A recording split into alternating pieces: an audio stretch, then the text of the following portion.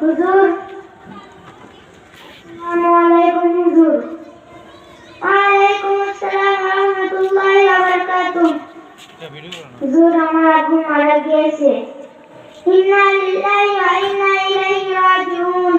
মারা গিয়েছে স্ট্রোক করে। ও আচ্ছা হুজুর আমার আব্বু তো জানাজার নামাজ পড়াতে হবে।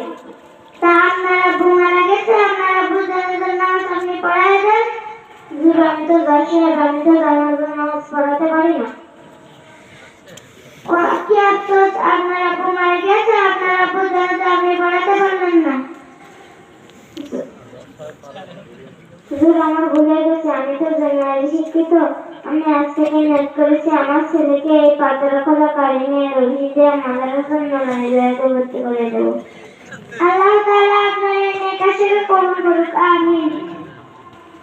তা আপনার আব্বু মারা গেছে, আপনার আব্বু জানাজার নামাজ পড়ানোর জন্য আমি একটু হুজুর দেখতেছি।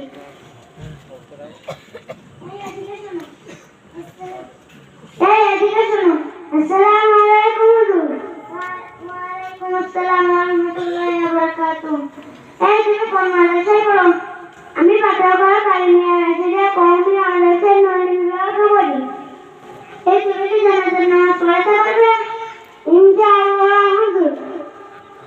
আচ্ছা ঠিক আছে। বাসায় আপনার আব্বু জানাজার নামাজ পড়ানোর জন্য একটি হুজুর পাওয়া গেছে। আপনি আলহামদুলিল্লাহ বলেন। আলহামদুলিল্লাহ। আচ্ছা ঠিক আছে।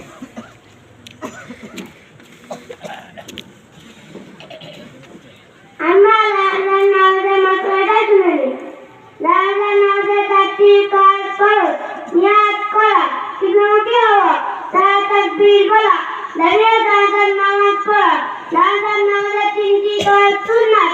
তানা পড়া, দুরূদ শরীফ পড়া, জানাজার দোয়া পড়া। আমরা সবাই লাজার নামাজের নিয়াতটা শুনি।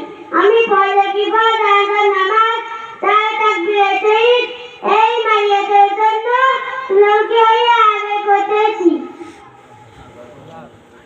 এমন লাজার নামাজ হচ্ছে